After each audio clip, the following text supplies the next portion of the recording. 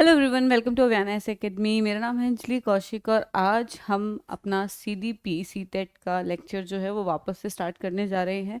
Already हमारी एक playlist जो है वो आपको मिल जाएगी हमारी चैनल पे सीडीपी की, ठीक है, तो आप उसको भी फॉलो कर सकते हैं। बट आज हम एक नए तरीके से और ज़्यादा अपडेटेड जो आपका सिलेबस है उसको लेकर आए हैं और अब हम एक नई प्लेलिस्ट जो है वो स्टार्ट करने जा रहे हैं। ठीक है, तो आज से सीटेट सीडीपी की एक नई शुरुआत होने वाली है। तो जहां पर हम बात करते हैं नाम सीडीपी, ठीक है, क्या है सब्जेक्ट का नाम हमारा? हमारे सब्जेक्ट का जो नाम है it is what? C D P. ठीक है, C is for child, D is for development and P is for pedagogy. ठीक है, तो नाम क्या है? Basically child development pedagogy. अब इससे ही समझो, इस सब्जेक्ट के अंडर बेसिकली हम क्या चीज़ पढ़ने जाएंगे कि क्या क्या चीज़ें हैं जो एक ह्यूमन की डेवलपमेंट कराती हैं from a baby to a adult one. ठीक है, कैसे कैसे जो बच्चा है वो बड़ा होता है, वो सारा हम इसके अंदर पढ़ने वाले हैं। उसके साथ साथ एक वर्ड आया चाइल्ड डेवलपमेंट, और चाइल्ड डेवलपमेंट के साथ तीसरी चीज़ आई हमारी पेडागोगी। ठीक है, अब ये जो है पेडागोगी, पेडागोगी का मतलब आपका क्या होता है? It means way of teaching. ठीक है, वे ऑफ टीचिंग आपकी क्या रहेगी? ठीक है, सो हम यहाँ पर पढ़ेंगे कि teaching regarding teaching along with the child development. ठीक है, कैसे कैसे बच्चा डेवलप होता है, उसी के साथ साथ टीचिंग स्ट्रेटजीज कैसी होती हैं, उन सबको हम एक जगह इकट्ठा करके पढ़ेंगे। और उस सब्जेक्ट का नाम क्या है? CDP। ठीक है, ये क्लियर हुआ? अब हम आगे चलते हैं। ठीक है, तो पहला टॉपिक हमारा है principles of growth and development. अब यहाँ पे हमारे पास दो वर्ड आए, first one is growth, second one is development.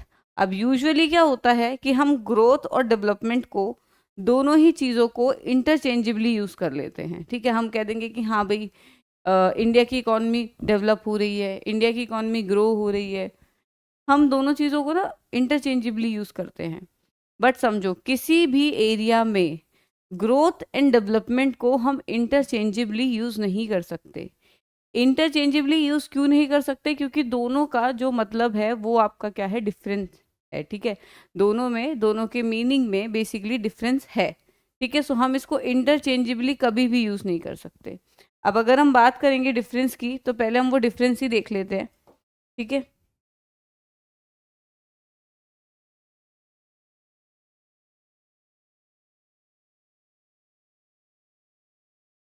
ठीक है, अब हमारे पास दो चीज़ हैं। एक है आपका क्या? ग्रोथ। दूसरा क्या है?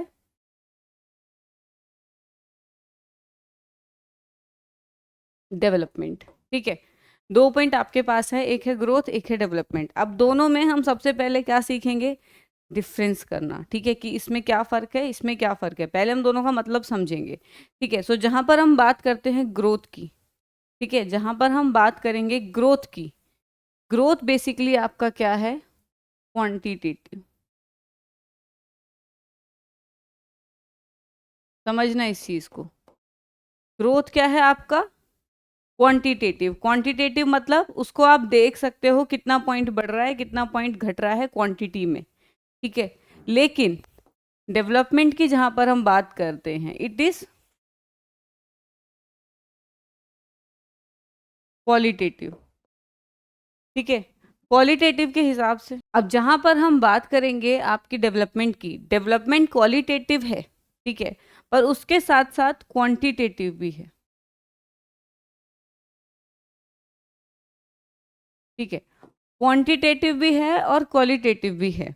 मतलब इसको हम देख भी सकते हैं, ठीक है, इसको हम नाप भी सकते हैं कि कितना डेवलपमेंट हुई है। प्लस ये क्या है? ये क्वालिटी इन्हेंसमेंट है, सिर्फ ग्रोथ नहीं है। सपोज एक बच्चा है, ठीक है, बच्चे के पास पैर है। ठीक है, बच्चा जो है वो बाय बर्थ जब वो पैदा हुआ है उसके पास पैर है। ठीक है, और उसके पैर थ्रू आउट द लाइफ मतलब फंक्शनिंग नहीं है। ठीक है, ग्रो वो कर रहे हैं लेकिन वो फंक्शनिंग नहीं है। तो ऐसे केसेस में क्या होता है कि वहां पर सिर्फ ग्रोथ हुई है। ठीक है, क्योंकि पैर तो उसी हिसाब से बढ़ रहा है जिस हिसाब से नॉर्मल पर्सन बढ़ता है। लेकिन डेवलपमेंट उसके पैरों की नहीं हुई है। तो डेवलपमेंट जो है will also always come with maturation. Development का मतलब क्या हो गया, एक तरीके से मैच्यूरेशन। सपोज एक बच्चा है, अब उसके पैर हैं, ठीक है, पैर जैसे जैसे बढ़ रहे हैं, उसने पहले खड़ा होना सीखा, फिर उसने चलना सीखा, फिर उसने दौड़ना सीखा, तो ये बेसिकली क्या है, ये मैच्यूरेशन है कि जो ऑर्गन है वो थ्रू आउट द टाइम क्या कर रहा है, डेवलप हो रहा है, ठीक है, और ज़्यादा मैच्योर हो रहा है। तो वहाँ पर हम क्या बोलेंगे कि हाँ भाई डेवलपमेंट हो रही है। लेकिन ग्रोथ क्या है, सिर्फ ऑर्गन ग्रोथ, ठीक है।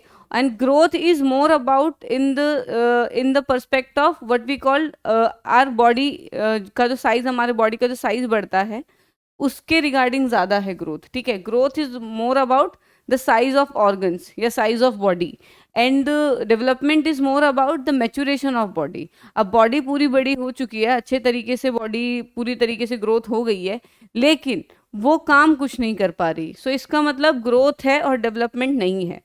अब ग्रोथ और डेवलपमेंट हमेशा आपकी साथ में चलें तो चीज़ें नॉर्मल रहेंगी, अगर ग्रोथ और डेवलपमेंट साथ में नहीं चलेंगी तो चीज़ें नॉर्मल पेस से आगे नहीं बढ़ेंगी, ठीक है।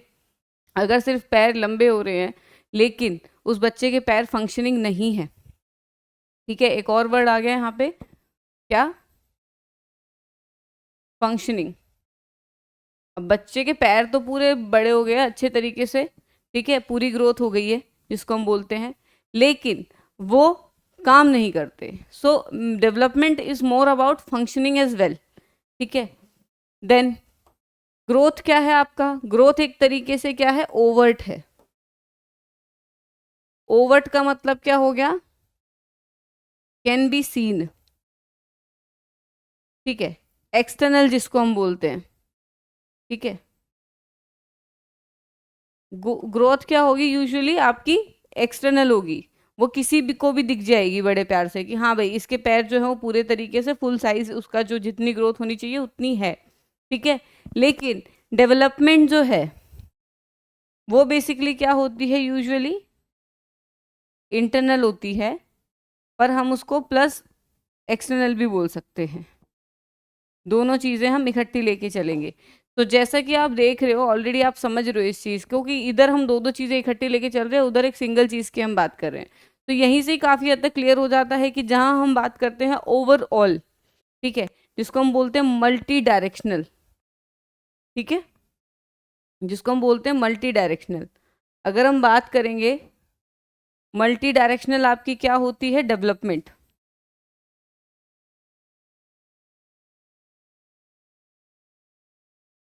ठीक है। ये क्या है आपकी मल्टी डायरेक्शनल जो है, ठीक है, ये हर डायरेक्शन में आपको बेसिकली क्या करेगी, आगे बढ़ाएगी, तो हम उसको क्या बोलेंगे, डेवलपमेंट को मल्टी डायरेक्शनल। लेकिन यहाँ पे हम सिर्फ बात कर रहे हैं बॉडी ऑर्गन की और फिजिकल ग्रोथ की, तो इसका जो डायरेक्शन है वो मल्टी डायरेक्शनल नहीं है।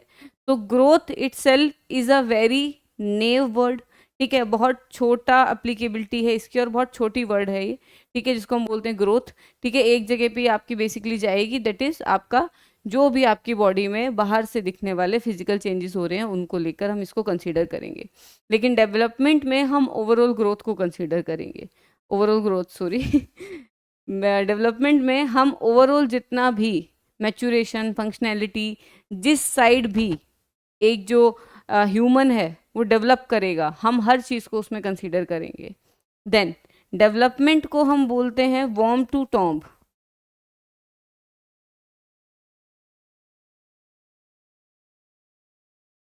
डेवलपमेंट की अगर हम टाइम की बात करें कि डेवलपमेंट कब से कब तक होती है, तो हम उसके लिए एक वर्ड यूज करते हैं वॉर्म टू टॉम्ब। वॉर्म टू टॉम्ब क्यों बोलते हैं, क्योंकि देखो डेवलपमेंट जैसे ही एक बच्चा पैदा होता है तब स्टार्ट हो जाती है, ठीक है, इवन जेस्टेशन पीरियड में भी डेवलपमेंट हो रही होती है, लेकिन वो खत्म कब होती है, जब वो बिल्कुल एक्सपायर हो जाता है, ठीक है, किसी ना किसी लेवल पर, बिफोर डेथ, ठीक है, डेथ के टाइम तक किसी ना किसी लेवल पर एक इंसान हमेशा डेवलप कर रहा होता है, ठीक है। लेकिन हम बात करेंगे ग्रोथ की, तो ग्रोथ का एक सर्टेन पीरियड होता है, ठीक है। ग्रोथ का एक सर्टेन पीरियड होता है जहां तक आपकी ग्रोथ जो है वो पॉजिटिव होगी, ठीक है। उसके बाद it can be on decline, like talking about our physical features, ठीक है, या बॉडी की strength. After 30s it started declining, ठीक है। उसके बाद जो ग्रोथ है वो ऐसे जाके ऐसे हो जाती है। सपोज यहाँ 35 है, ठीक है। अगर आप अच्छे से एक्सरसाइज वगैरह नहीं करते तो इसके बाद ये वाला जो है ऐसे हो जाता है, ग्रोथ का जो ग्राफ है, इन्वर्टेड यू, ठीक है। So it is not life long, at time it is stagnant, ठीक है। प्लस कुछ कुछ क्रिटिकल पीरियड्स होते हैं, ठीक है। एक आपका क्रिटिकल पीरियड यहाँ पर होगा, ठीक है। क्रिटिकल पीरियड में हमेशा आपकी ग्रोथ ज़्यादा होती है, प्लस तुम्हारा स्टेगनेशन एक पीरियड होगा जहाँ पर जो ग्रोथ है वो वहाँ पर आके रुक जाती है कुछ टाइम के लिए। जैसे मेरी हाइट हो गई, अब हाइट क्या है 16-17 साल तक बढ़ती है, उसके बाद हाइट स्टेगनेंट हो जाती है। सो मेरी वहाँ पर ग्रोथ जो है हाइट में स्टेगनेंट हो गई, ठीक है। सिमिलरली अगर हम बात करें इसकी, then it can also be decline, ठीक है। उसके बाद क्या होगी, ग्रोथ नीचे भी जा सकती है वापस। तो ग्रोथ जो है वो इस हिसाब से चलती है, ठीक है, कि वो मोस्टली क्या है आपकी फिजिकल फीचर के हिसाब से चलेगी। और जहाँ हम बात कर लेंगे डेवलपमेंट की, development is what about your overall development, ठीक है। डेवलपमेंट किसके बारे में बात करती है हमेशा, ऑल ओवर डेवलपमेंट की। क्लियर है, चलो आगे चलेंगे। अब नेक्स्ट पॉइंट आता है कि foundations of growth and development. जहाँ हम बात करते हैं foundations of growth and development की, अब जहां हम बात करते हैं foundations of growth and development की, अब देखो कुछ चीजें हैं। फाउंडेशंस क्या है, फाउंडेशन का मतलब होता है नींव, एक तरीके से, ठीक है। नींव का मतलब क्या हो गया कि किस चीज पर आपकी ग्रोथ एंड डेवलपमेंट टिकी हुई है, ठीक है। ग्रोथ एंड डेवलपमेंट किस चीज के थ्रू डिसाइड होती है एक तरीके से, ठीक है, कि उसका बेस क्या है सारा। तो यहाँ पर हम बात करेंगे उन सब चीजों की जो आपकी ग्रोथ एंड डेवलपमेंट को बेसिकली बनाती हैं। तो पहली चीज क्या है, जेनेटिक ब्लूप्रिंट, ठीक है। जेनेटिक ब्लूप्रिंट का मतलब क्या हो गया कि जो भी आपका हेरिडिटरी है, ठीक है, जो भी आपकी हेरिडिटरी है, आपने पीछे से जो भी चीज़ें आप लेकर आए हो अपने माँ बाप से जो आपको मिली हैं, ठीक है, हेरिडिटरी हम उसे ही बोलते हैं, जेनेटिक या हेरिडिटरी, जो भी आपको आपके माँ बाप से मिला है, ठीक है, वो बेसिकली आपका कैसे डिसाइड करता है कि आप कितनी ग्रोथ में जाओगे या कितनी आपकी डेवलपमेंट जो है वो होगी। जैसे सपोज अगर हम बात करें आई कलर, ठीक है, या हम बात करें हाइट की बच्चे की, सो यूजुअली क्या होता है कि बच्चे की हाइट मदर और फादर के हिसाब से डिसाइड होती है, इट इज़ फैक्ट। कई बार ऐसा होता है कि और कोई दूर का थोड़ा सा रिलेटिव होता है, जैसे मामा हो गया या फिर चाचा हो गया, उन पे भी बच्चों की हाइट चली जाती है, ठीक है। But most of the time mother और फादर जो है वो एक पर्टिकुलर लिमिट सेट कर देते हैं हाइट की, ठीक है, कि हाँ भाई बच्चे की हाइट इतनी ही होगी, ठीक है। किसी की मम्मी पे जाती है, किसी की पापा पे जाती है। देन अगर हम बात करें क्या कहते हैं आपके जेनेटिक ब्लूप्रिंट की, तो जेनेटिक ब्लूप्रिंट में एक इंटेलिजेंस को लेके भी बहुत ज़्यादा कंट्रोवर्शियल थ्योरी आई थी ऑर्थर जेनसन की,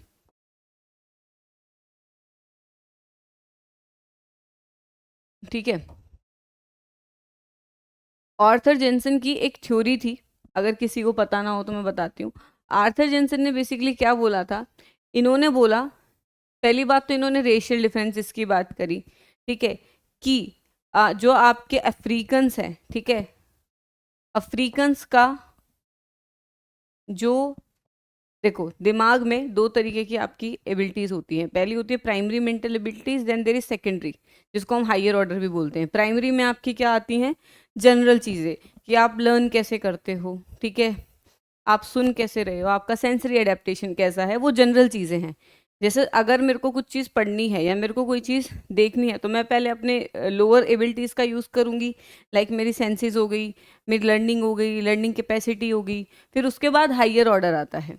हायर ऑर्डर में आपका जाता है क्रिएटिविटी, थिंकिंग, इंटेलिजेंस, जहाँ पर आप मैनिपुलेशन ऑफ थॉट्स करते हो। तो जहाँ मैनिपुलेशन ऑफ थॉट होती है उसको हम कॉम्प्लेक्स प्रोसेस भी बोलते हैं, और उसको ही बेसिकली हम सेकेंड ऑर्डर, जो आपका मेंटल एबिलिटीज़ है या हायर मेंटल एबिलिटीज़ है, वो भी हम उसे बोलते हैं, ठीक है। सो ऑर्थर जेनसन की जो स्टडी थी, उन्होंने बोला कि जहाँ पर हम बात करेंगे पीएमए की, पीएमए क्या हो गया आपका, प्राइमरी मेंटल एबिलिटीज़, ठीक है, प्राइमरी मेंटल एबिलिटीज़, ठीक है। अगर हम प्राइमरी मेंटल एबिलिटीज़ की बात करेंगे तो वहाँ पर तो सारे ग्रुप सेम है, ठीक है, जैसे कि Africans is equal to Americans, या हम उसको बोलते हैं कॉजेशंस, ठीक है, एंड इक्वल टू एशियंस। ठीक है, तो ये बेसिकली उसकी क्या थी, थ्योरी थी। देन उसने अगली स्टडी में क्या बोला कि अगर हम बात करेंगे हाइयर मेंटल एबिलिटीज की, HM में हाइयर मेंटल एबिलिटीज की अगर हम बात करेंगे तो वहां पर क्या होगा, अफ्रीकन्स, ठीक है, इज लेसर देन कॉजेशियंस और अमेरिकन्स, ठीक है, and these are lesser than Asians. तो उसने बोला कि अगर हम बात करें सेकंड ऑर्डर आपकी जो मेंटल एबिलिटीज हैं, जो आपकी हाइयर मेंटल एबिलिटीज हैं, उसमें कौन सबसे अच्छे हैं, एशियंस। एशियन सबसे बेटर हैं, and we are Asians.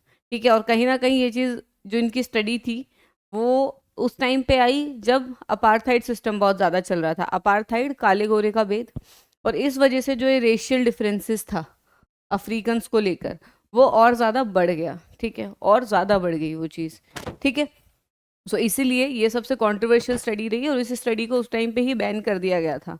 But उस स्टडी के जो रिजल्ट थे वो मैंने आपको बताए हैं। उसके बाद एक चीज़ और इन्होंने बताई कि जहाँ पर हम बात करते हैं इंटेलिजेंस की, ठीक है, इंटेलिजेंस आपका 80% जो है वो जेनेटिक है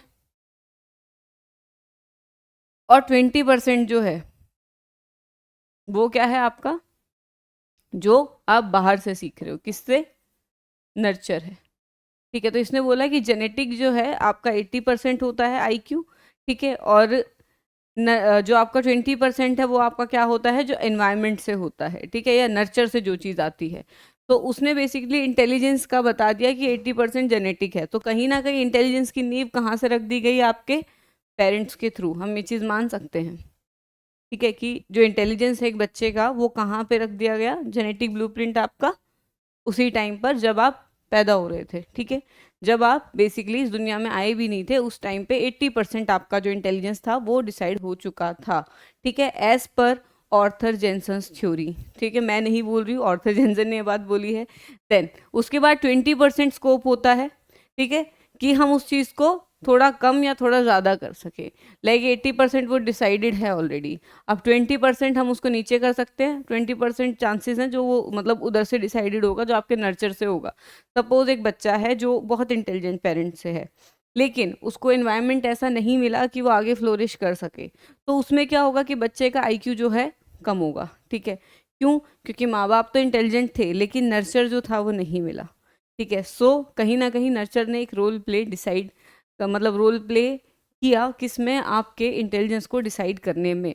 ठीक है, देन सपोज कोई बच्चा है जो इतने ज़्यादा IQ वाले पेरेंट्स का नहीं है, ठीक है, उसके पेरेंट्स का IQ इतना ज़्यादा हाई नहीं है, लेकिन उसको एनवायरनमेंट ज़्यादा बेटर मिल गया, तो देर आर चांसेस कि वो बच्चा आगे जाके और ज़्यादा अच्छा परफॉर्म करे। आगे हम पढ़ेंगे principles of growth and development में कि there is a flexibility as well, कि हमारे पास जीन्स जो है वो एक रेंज डिसाइड करते हैं, जेनेटिक रेंज, लेकिन फ्लेक्सिबिलिटी भी जो है वो क्या है, वो भी हमें मिलती है। ठीक है, अब एक चीज़ और समझो, देखो एक चीज़ जो मेन आपको समझनी है, फर्स्ट ऑफ ऑल, ठीक है, पहले वाली जो CDP की हम ऑलरेडी यूनिट करा चुके हैं, एक बार उनको भी करके आओ क्योंकि उनमें बहुत बेसिक है। उसके बाद ये वाली देखना, ये थोड़ी हम ज़्यादा एडवांस में कराएंगे। ठीक है, देन हम बात करेंगे नर्चरिंग इन्वायरमेंट। तो जैसा मैंने बताया कि जेनेटिक के साथ एक चीज़ और रोल प्ले करती है, दैट इज़ योर नर्चर, जो डेवलपमेंट को या ग्रोथ को आपकी शेप करेगा।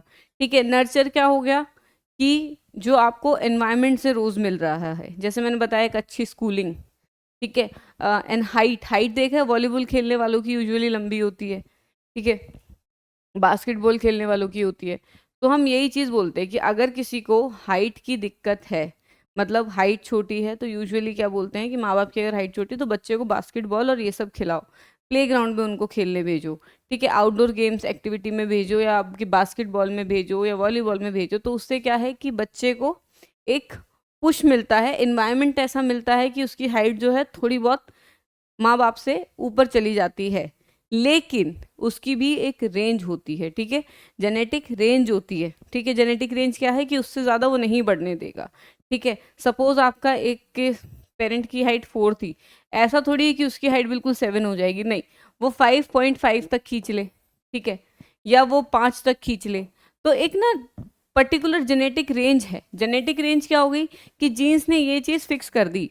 जब सपोज एक की अगर 4 हाइट थी, उसके पास 4 फीट हाइट के जीन्स थे, अब उसकी एक रेंज फिट हो गई, ठीक है, कि भाई तू 5 से आगे नहीं जाएगा, सपोज हाइपोथेटिकली, तो वो 5 से आगे नहीं जाएगा बच्चा, चाहे उसको तुम कितना भी डिसाइड कर लो, कितना भी उसको ट्राई कर लो एक बेटर एनवायरनमेंट देने का, कितना भी एक ट्राई कर लो आप कि वो जो बच्चा है वो वॉलीबॉल में पूरे दिन खेलता रहे, कुछ और करे ही ना, कितना भी कर लो, लेकिन उसका एक जेनेटिक रेंज जो है वो डिसाइड हो गई है बाय जीन्स, उससे आगे वो नहीं जाएगा, उससे बिलो भी वो नहीं जाएगा, ठीक है। सपोज 3 हो गई यहाँ पे, या आपका 4 हो गया, तो ये एक जेनेटिक रेंज हो गई कि हाँ भाई इससे ज़्यादा बाहर वो एक्ट नहीं करेगा। हाइपोथेटिकल कंडीशन बता रही हूँ, not the actual one. Then will be talking about the learning and education. अब तीसरी चीज़ जो आपकी फॉर्म करेगी वो क्या है, लर्निंग एंड एजुकेशन, जो ग्रोथ एंड डेवलपमेंट को बेसिकली अफेक्ट करेगी, जिसमें आपकी थ्रू आउट द लाइफ जो चीज़ें आप लर्न करते हो। लर्निंग को हम क्या बोलते हैं, रिलेटिवली परमानेंट। अब जो रिलेटिवली परमानेंट हम इसको बोलते हैं, हम क्यों बोलते हैं इसको रिलेटिवली परमानेंट, क्यों, क्योंकि जो लर्निंग है जब भी कुछ नया आता है तो वो चेंज होती है, तो एक टाइम तक लर्निंग जो है आपकी परमानेंट होती है, लेकिन जब भी कोई नई लर्निंग आएगी तो it can change either in the direction of the learning. जैसे हमने समझा बचपन में, जैसे हमने सीखा कि ये चीज़, जैसे मैंने ऑलरेडी एग्जांपल दिया हुआ है कि मेरे को बचपन में ऐसा लगता है कि टीवी में लोग अंदर से घुस के एक्ट करते हैं, ठीक है। इनफैक्ट ये छोड़ो, मेरे को ऐसा लगता था कि हर किसी का लाइव टेलीकास्ट आता है, तो उस टाइम पे मेरी लर्निंग यही थी कि हर किसी के घर का लाइव टेलीकास्ट आ रहा है, जो ये डेली सोप सीरियल आ रहे हैं। तो मम्मी अगर कभी मेरे को डांट देती थी, आई यूज टू थिंक यार शिट, आज सबके सामने बेइज्जती होगी, जो सबके एपिसोड दिखा रहे होते थे, तो वैसे ही कुछ आज मेरा चल रहा होगा हर किसी के घर में। But ultimately after a time क्या हुआ कि मेरी लर्निंग चेंज हुई, मेरे को पता चला ये सब शूट है, इट इज़ ऑल हाइपोथेटिकल, कोई एक्चुअल सिचुएशन ऐसी नहीं है, और मेरा जो लाइव टेलीकास्ट है वो कहीं नहीं जाता मेरे घर का, ठीक है। सो वो चीज़ें क्या थी मेरे को बाद में समझ आई। तो ऐसे हम बोलते हैं कि लर्निंग क्या है, वो रिलेटिवली परमानेंट है, और वो एजुकेशन के साथ through out the time change होती है। अब जैसे मेरी जो लर्निंग मेरे को आई कि नहीं ये शूट होता है, तो ये कॉन्ट्राडिक्टरी थी, तो मेरे स्कीमास चेंज हुए, ठीक है। Similarly schemas could have change in the similar direction, अगर ये सच होता तो फिर मैं और कॉन्शियस हो जाती कि मुझे घर पे कोई कुछ बोले ना, मैं एकदम बिल्कुल अच्छी बेटी बन के बैठी रहूँ, ठीक है, तो फिर मैं वैसे और कॉन्शियस हो जाती। तो ये बेसिकली क्या है, ये लर्निंग है कि जो हम थ्रू आउट द टाइम अपनी लाइफ के साथ सीखते रहते हैं। चलिए आगे चलते हैं। तो अब हम करने जा रहे हैं की principles of growth and development, ठीक है। अब इससे हम ये समझेंगे कि जैसे जैसे डेवलपमेंट हमारी आगे बढ़ती है, ठीक है, सो वो डेवलपमेंट किस तरीके से बढ़ती है, ठीक है। बीइंग इट आपकी जो फाइन स्किल्स हैं, मोटर मोटर स्किल्स हैं एक बच्चे की, या बच्चे की ग्रोथ है, या बच्चे की जो साइकोसेक्सुअल स्टेजेस हैं, या आपकी जो पियाजे वाली स्टेजेस हैं, तो वो बेसिकली क्या है, वो डेवलपमेंटल स्टेजेस हैं सारी, ठीक है। एक कॉग्निटिव डेवलपमेंट है, then there is another one जो आपकी सोशल वो है, क्या कहते हैं, सोशल थ्योरी है, then there is a moral development as well. तो वो सारी थ्योरीज भी हम आगे पढ़ेंगे, लेकिन अभी हमारा पॉइंट क्या है कि हम पहले बेसिक प्रिंसिपल्स देखते हैं, ठीक है। अब बेसिक प्रिंसिपल्स में सबसे पहले जो है आपके पास, दैट इज, देखो, पहला है सेफोकॉर्डल प्रिंसिपल। अब सेफोकॉर्डल का मतलब हम समझाते हैं आपको। सेफोकॉर्डल का मतलब होता है सेफो और कॉर्डल, ठीक है, एक वर्ड है आपका क्या, सेफो प्लस कॉर्डल। जहां हम बात करते हैं कॉर्डल की, ठीक है, कॉर्डल इज फीट, पैर, और सेफो इज अपर, हेड, जिसको हम बोल सकते हैं, ठीक है। अपर पोर्शन को हम हमेशा क्या बोलते हैं, जो आपकी साइंटिफिक लैंग्वेज है, जो आपकी बायोलॉजिकल लैंग्वेज है, हम उसमें बात करेंगे, हम उसको बोलते हैं सेफेलिक या सेफो, ठीक है। प्लस कॉर्डल, कॉर्डल हम किस एरिया को बोलते हैं, जो नीचे की तरफ होता है, मतलब टूवर्ड्स द फीट, ऊपर के को हम सेफो बोलेंगे, नीचे वाले एरिया को हम फीट बोलते हैं, ठीक है।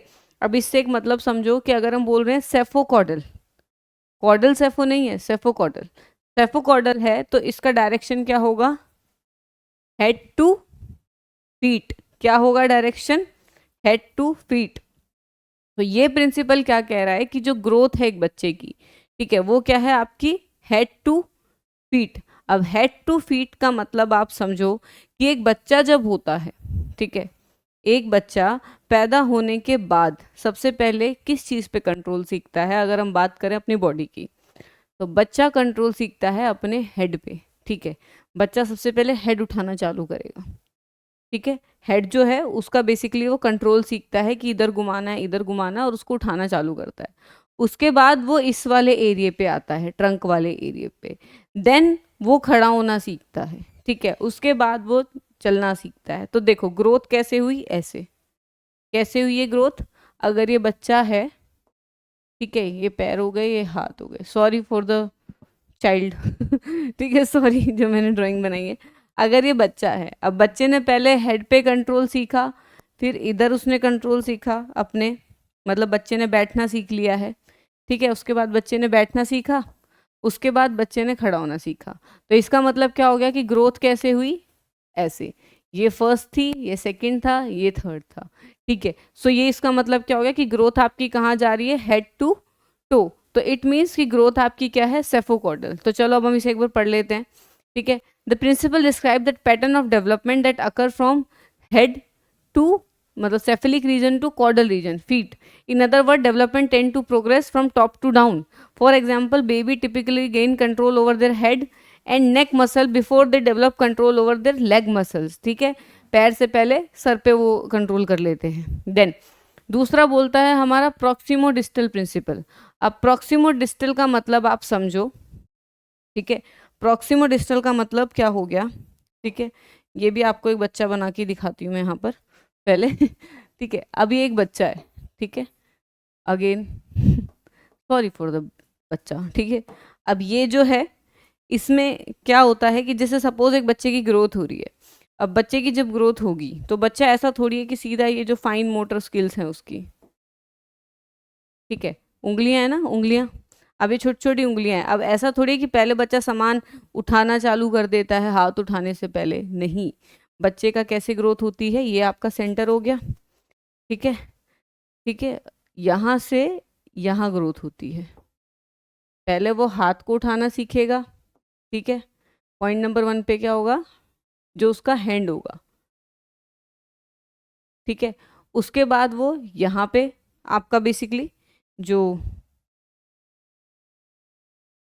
ठीक है, उसके बाद वो क्या यहाँ पर पहले इसको ट्राई करेगा, फिर यहाँ से उठाना चालू करेगा, फिर वो फाइनली उंगलियों पे आएगा, ठीक है। पहले ये चीज़ उठानी सीखेगा, फिर वो ये चीज़ उठाएगा, उसके बाद वो फाइनली किस पे आएगा, उंगलियों की जो आपकी छोटी छोटी स्पेसिफिकेशंस हैं उसके ऊपर बच्चा कंट्रोल करना चालू करता है। तो ये जो डेवलपमेंट है इन टू आउट, ठीक है, इनवर्ड से आपका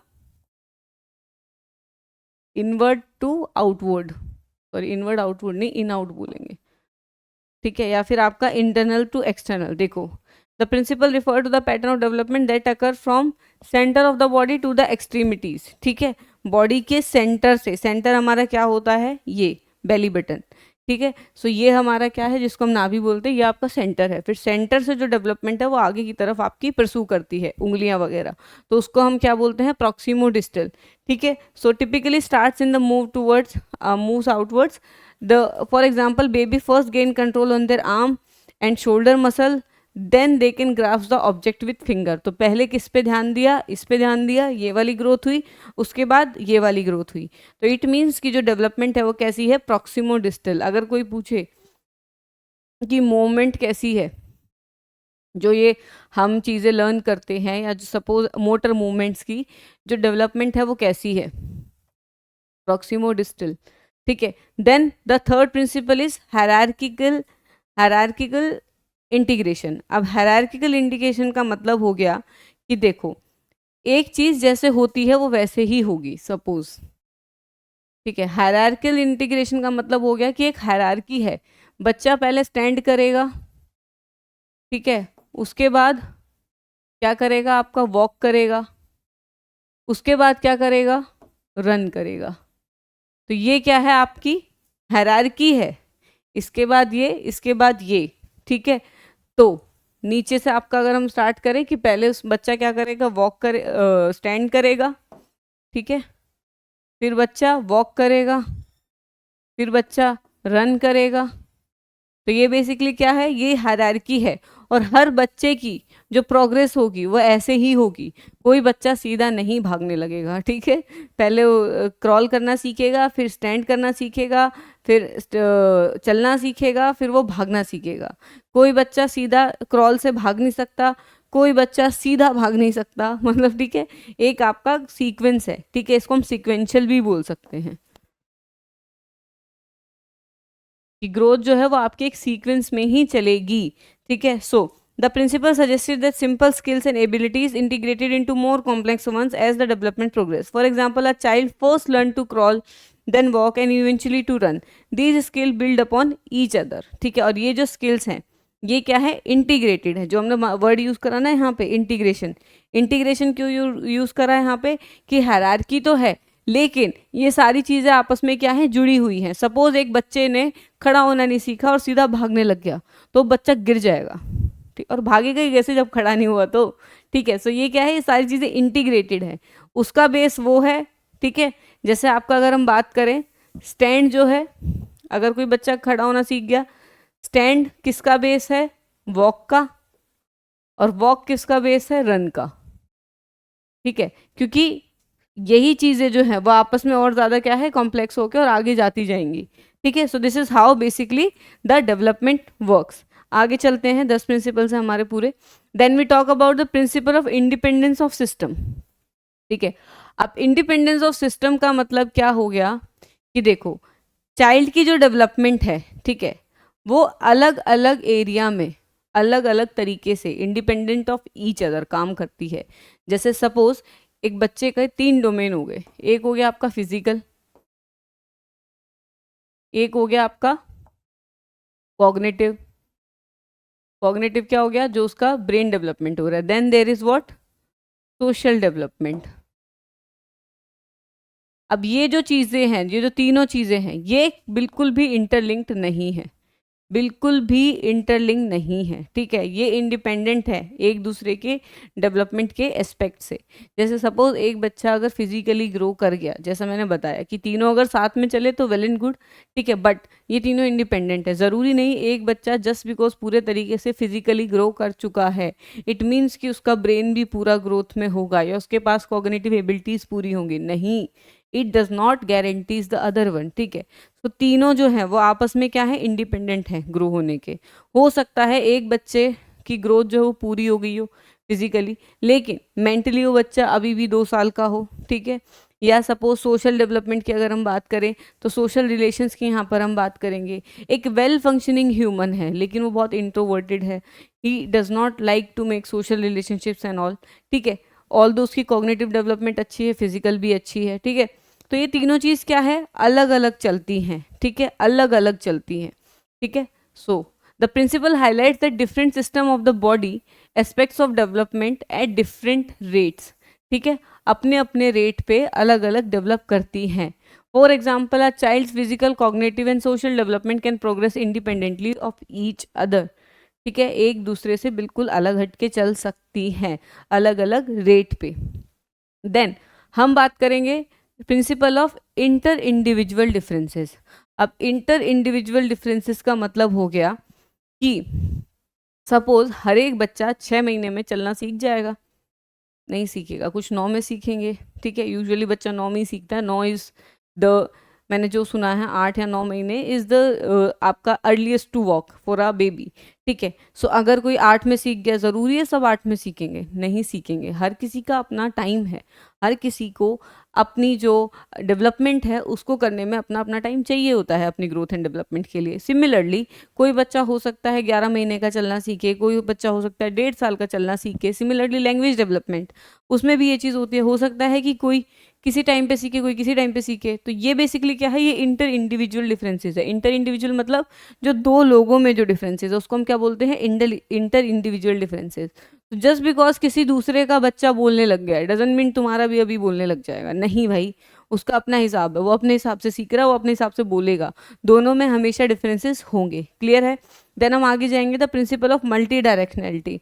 अब मल्टी डायरेक्शनैलिटी का मतलब हो गया कि ये थोड़ी है कि जस्ट बिकॉज बॉडी बढ़ रही है तो कोई और ग्रोथ हो ही नहीं रही, नहीं, ग्रोथ हो रही है, बॉडी की फिजिकली ग्रोथ हो रही है, लेकिन कॉग्निटिवली भी बच्चा सीख रहा है, प्लस बच्चा सोशली इमोशनली भी सीख रहा है। तो जो डेवलपमेंट है वो मल्टी डायरेक्शनल है, ठीक है। मल्टी डायरेक्शनल मतलब आपका हर साइड में जाएगा, वो हर साइड अपनी तरीके से बढ़ रहा होगा। सपोज एक ये हो गई आपकी, ठीक है, नॉर्मल एक्सिस है, ठीक है, यहाँ पे आपकी कॉग्निटिव स्किल्स भी बढ़ रही हैं, ठीक है, देन आपका फिजिकल ग्रोथ भी बढ़ रही है, फिर आपकी सोशल रिलेशंस भी बढ़ रहे हैं, ठीक है, आपका लैंग्वेज कॉम्प्रिहेंशन भी बढ़ रहा है। तो बहुत सारी चीज़ें जो है वो इकट्ठी आपकी बढ़ती रहेंगी। तो जो प्रिंसिपल ऑफ मल्टी डायरेक्शनलिटी क्या बोलता है कि जो ग्रोथ है, आपकी जो डेवलपमेंट है, वो कभी भी एक डायरेक्शन में नहीं होगी, मल्टीपल डायरेक्शन साथ में चलेंगे एक बच्चे को लेकर, ठीक है। ठीक है, कुछ स्किल्स हो सकता है कि टाइम के साथ और अच्छे हों, लेकिन बाकी स्किल्स टाइम के साथ लो चले जाएं, कुछ भी हो सकता है, ठीक है।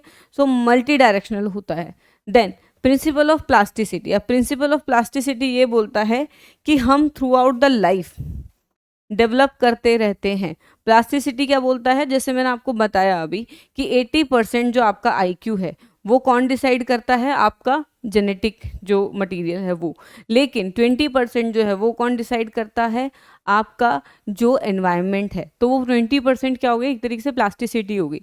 प्लास्टिसिटी क्या कि तुम्हें एनवायरनमेंट, तुम्हारा अगर दिमाग है तो तुम थ्रू आउट द टाइम सीखते रहते हो, ठीक है, दैट इज प्लास्टिसिटी। अपना रिजिडनेस, जो लोग बहुत ज़्यादा रिजिड होते हैं वो ज़्यादा सर्वाइव भी नहीं कर पाते। तो हम एक बोलते हैं ना कि सेल्फ एक्चुअलाइज्ड पर्सन की भी एक पर्टिकुलर कैरेक्टरिस्टिक्स है जिसको हम बोलते हैं ओपननेस। ओपननेस क्या है कि वो दूसरे के चीज़ों को समझता है, उसे सुनता भी है कि ठीक है भाई, ये तेरा पर्सपेक्टिव है, ये मेरा पर्सपेक्टिव है। अपना पर्सपेक्टिव इज देयर बट दूसरे का भी समझ लेना, तो उसको हम क्या बोलते हैं, ओपननेस।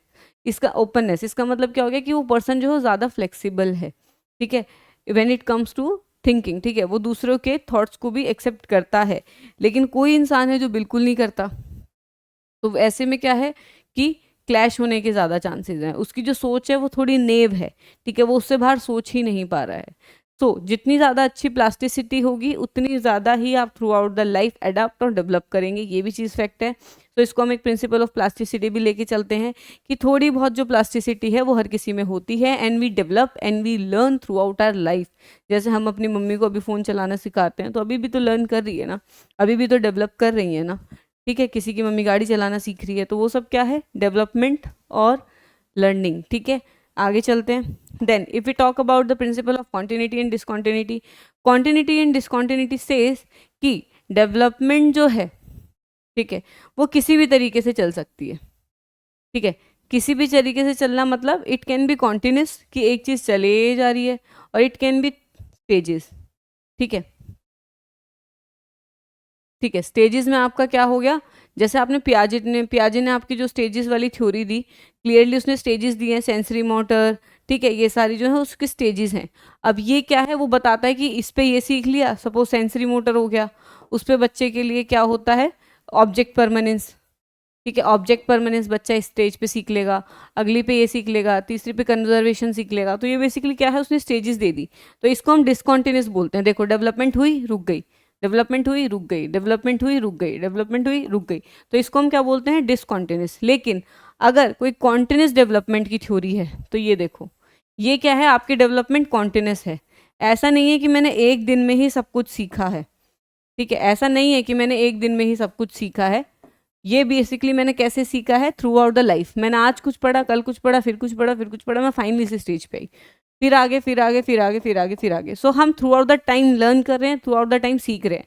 तो ये कहना चाह रहा है कि डेवलपमेंट जो है वो आपकी कॉन्टिन्यूस है।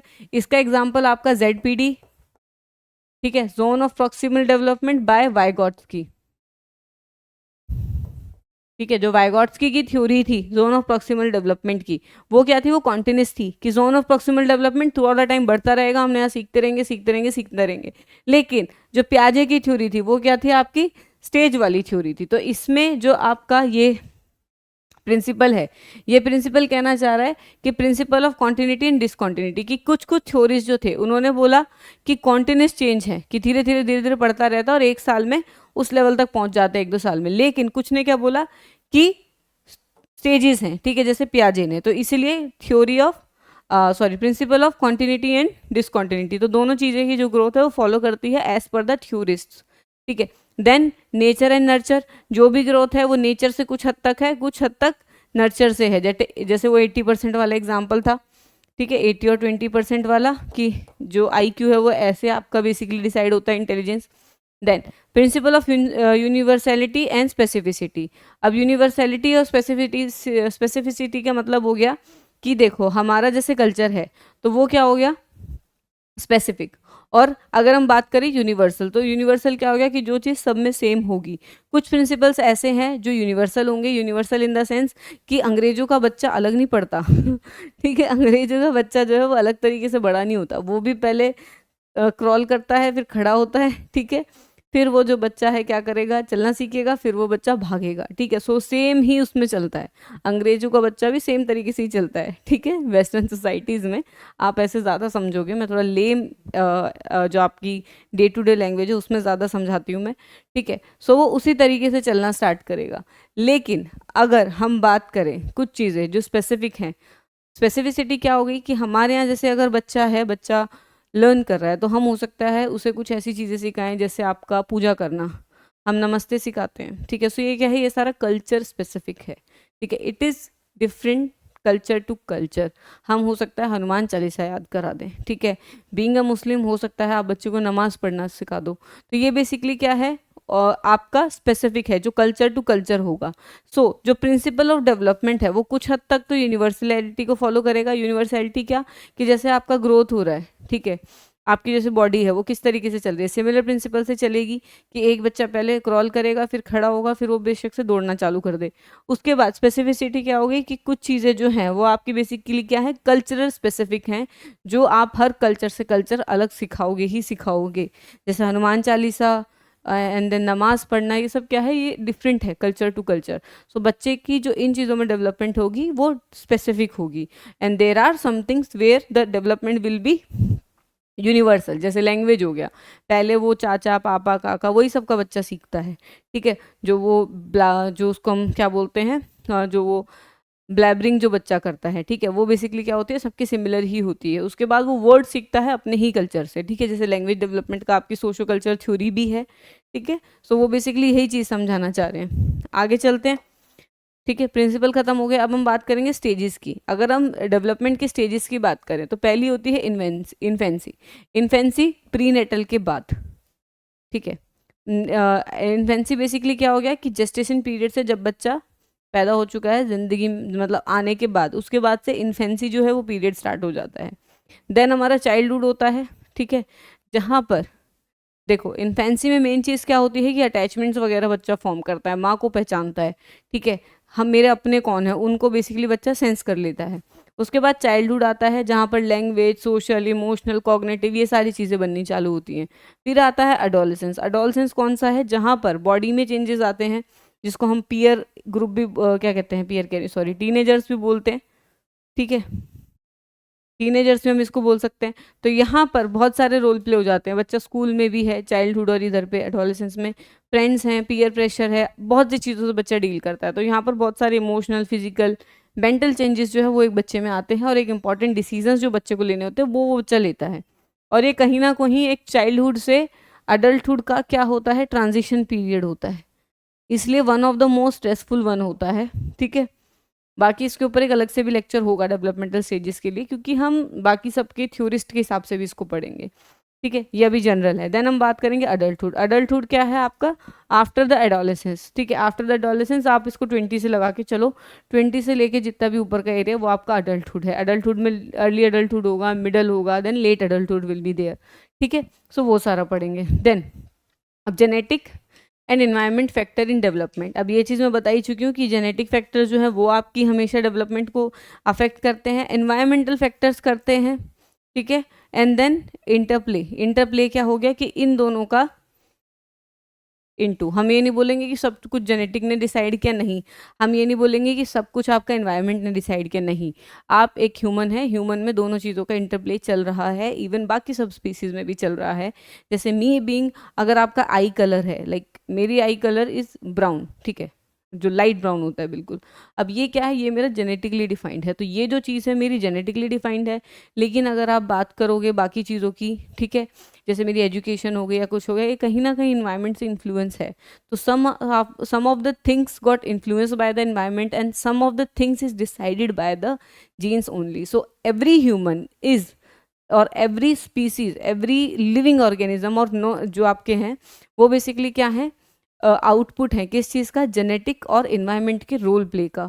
जैसे कई लोगों को देखा होगा, अगर लड़कियां रिलेट कर पाएँ तो, कि बाल बहुत अच्छे होते हैं उनके, ठीक है, जेनेटिक, ठीक है, अच्छे बाल होते हैं, लेकिन उसके बाद क्या होता है, वो केमिकल ट्रीटमेंट्स होते हैं, रिबॉन्डिंग, स्मूथनिंग, ये सब, उनसे उनके बाल डैमेज हो जाते हैं। तो देखो जेनेटिकली उसके बाल अच्छे थे, राइट, लेकिन उसके एनवायरनमेंट जो उसने उसे दिया, कलर, ये सारा केमिकल ट्रीटमेंट, तो उसके बाद जो बाल हैं वो लो हो गए। सो कहीं ना कहीं इंटरप्ले था बोथ, ठीक है। अगर इन्वायरमेंट अच्छा मिलता तो मे बी बाल सही रहते, केमिकल नहीं होता, लेकिन अगर इन्वायरमेंट सही नहीं मिला तो बाल जो, हाँ, टोटली ख़राब हो गए। तो ये क्या है आपका इंटरप्ले, जो मैंने बहुत रीसेंट आपको एग्जांपल दिखा दिया, वो भी ब्यूटी एरिया में, ठीक है, लड़कियों के लिए बहुत बढ़िया है, ठीक है। देन हम बात करेंगे factors which influence the development.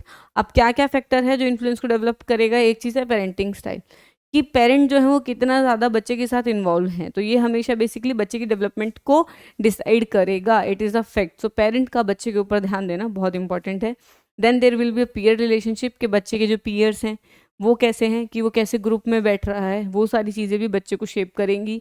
इसीलिए हम एक बच्चे को एक अच्छा एटमॉस्फेयर देने का कोशिश करते हैं, रादर देन किसी ऐसे बच्चे के साथ छोड़ देना जो, जैसे देखा ना आजकल बच्चे ड्रग एडिक्ट भी हो जाते हैं, ठीक है। अगर हम बात करें आपकी टीनेजर्स की, तो ये सारा पीयर का ही इफेक्ट है। Then we talk about the culture and society. अब कल्चर एंड सोसाइटी ये भी बच्चे को शेप करेगी, जैसे मैंने बताया कि अगर कोई बिल्कुल ही हिंदू वाली सोसाइटी में या हिंदू तरीके से बच्चों को पालता है, तो बच्चा भागवत गीता, ठीक है, आपका क्या कहते हैं, हनुमान चालीसा हो गया, दुर्गा चालीसा हो गया, गायत्री मंत्र हो गया, बच्चा उन चीज़ों को सीखेगा। सिमिलरली अगर कोई मुस्लिम है तो वो आयतें सीखेगा, नमाज करनी सीखेगा, कुरान पढ़ेगा। क्रिश्चियंस अपने बाइबल्स वगैरह के ऊपर ध्यान देंगे। तो कल्चर भी जो है और सोसाइटी जो है वो भी बच्चे को बहुत ज़्यादा शेप करती है, ठीक है। देन आगे चलते हैं, the importance of assessing development. अब डेवलपमेंट जो हम बच्चे की हो रही होती है उसको मेजर करना क्यों ज़रूरी है, पहला पॉइंट ये आता है, why do we are reading about the development throughout the lecture, ठीक है, ये पॉइंट आता है यहाँ पर। तो पहली चीज़ है आइडेंटिफाई चैलेंजेस, ठीक है। डेवलपमेंट को पढ़ना इसलिए ज़रूरी है ताकि हम देख सकें कि कहाँ पर दिक्कत है। अगर हमें डेवलपमेंट के बारे में पता ही नहीं है, ठीक है, तो हम दिक्कत कहाँ से डिफाइन करेंगे, सीधी बात। Then evaluate progress. अब सपोज किसी को दिक्कत थी, अब दिक्कत के बाद हम क्या करेंगे, हम बच्चे की प्रोग्रेस को भी देख सकते हैं इसके थ्रू, ठीक है, कि बच्चा कितना प्रोग्रेस कर गया, कितना और इसे कराना है, वो भी चीज़ हम देख सकते हैं। Then there is informed decision making. Informed decision making मतलब हो गया कि अगर कोई बच्चा सपोज स्लो लर्नर है, तो उसके मम्मी पापा को बताओ कि हाँ भाई ये बच्चा जो है स्लो लर्नर है, बाकी बच्चों से थोड़ा सा पीछे है, इसकी डेवलपमेंट या ये समझ नहीं पा रहा है, तो हमें इस पर ज़्यादा ध्यान देना पड़ेगा, आप भी दें। तो ये क्या है, ये इन्फॉर्म्ड डिसीजन होता है, जो बेसिकली एजुकेशनल स्ट्रेटजीज को सपोर्ट करने के लिए आपको, एक टीचर को इम्पॉर्टेंट होता है, ठीक है। देन हम बात करेंगे कि ग्रोथ और डेवलपमेंट का कैसे कर सकते हैं, जो इवेल्युएशन होता है। सो पहला पॉइंट आता है आपका ऑब्जर्वेशन। ऑब्जर्वेशन क्या है, कि डायरेक्टली बच्चे को ऑब्जर्व करो, उसके टेस्ट वगैरह जो है वो डॉक्यूमेंट करो, और बच्चे को डे टू डे देखो कि हाँ ये बच्चा बाकी बच्चों के साथ चल रहा है या उनसे थोड़ा पीछे चल रहा है। Then standardise test. Standardise test हो गए कि हाँ जो 2 साल के बच्चे का 2 साल के बच्चे का तो क्या ही टेस्ट होगा, मतलब 3-4 साल के बच्चे के ऊपर सपोज आपका एक इंटेलिजेंस टेस्ट है या कुछ ऐसा है, तो उसका बाकी बच्चों के साथ वो चीज़ मैच कर रहा है नहीं कर रहा है, माइलस्टोन। या एक 16-17 साल के बच्चे के साथ हम कंपेयर करके देखेंगे, एक 16-17 साल के ही बच्चे का, जैसे VAIS वगैरह हो गया, adult intelligence scale. Then there is आपका other intelligence scales as well, जो आप यूज़ कर सकते हो देखने के लिए कि बेसिकली बच्चे का जो ग्रोथ और डेवलपमेंट है वो कैसी है। Then there is social and emotional assessment. अब along with the other academic and all these assessments, there is a need of emotional and social assessment. Emotional and social assessment क्यों ज़रूरी है, क्योंकि we are living in a society and we want everyone to behave as per that, ठीक है। थोड़ा सा एक होता है ना कि एक सोसाइटी ने चीज़ें ना डिसाइड कर रखी हैं कि this is good this is bad, वो सारी चीज़ें हैं अभी भी। तो अगर आप एक सोसाइटली एक्सेप्टेबल वे में नहीं बिहेव करते हो, so we consider that behaviour is abnormal. तो सोशल एंड इमोशनल असेसमेंट जो है वो बच्चे के उस क्वेश्चंट को, इमोशनल क्वेश्चंट्स को हेल्प असेस करने में आपकी हेल्प करेंगे। एंड उसके बाद यू कैन टेल कि हाँ बच्चे का जो बिहेवियर है वो भी सही है, एकेडमिक ग्रोथ भी सही है, इमोशनल मेंटली स्टेबल है। तो वो सारी चीज़ें आपकी डेवलपमेंट और ग्रोथ का ही पार्ट है, क्योंकि एक जो ह्यूमन है उसके कई सारे डोमेन होते हैं। एक आपका कॉग्निटिव होगा, एक आपका अफेक्टिव होगा, फिर एक आपका साइकोमोटर होगा। ये सारे क्या हैं, ये बेसिकली एक बच्चे के ग्रोथ के डोमेन हैं। तो अगर आप एक बच्चे की ग्रोथ या डेवलपमेंट के डोमेन देख रहे हो कि बच्चा कहाँ जा रहा है आगे की तरफ, ठीक है, सो उसके लिए तीनों के ऊपर ही ध्यान देना ज़रूरी है। आप सिंगल से वो चीज़ नहीं बता सकते, ठीक है। चलो, सो आज का लेक्चर यहीं पर एंड करेंगे। Thank you all of you, ठीक है। इट्स बिन मतलब ये वाला लेक्चर काफ़ी लंबा हो गया, बट सीटेट का पेपर आ रहा है तो कर लो। पुराने वाली प्लेलिस्ट भी देख लेना, पुराने वाली प्लेलिस्ट से बेसिक्स क्लियर होगा, इससे रिवीजन हो जाएगा, प्लस थोड़ा हाइयर लेवल का जो है वो आप सीख जाओगे, ठीक है। मिलते हैं आपसे नेक्स्ट लेक्चर में। टिल देन, मी अंजलि कौशिक, बाय बाय।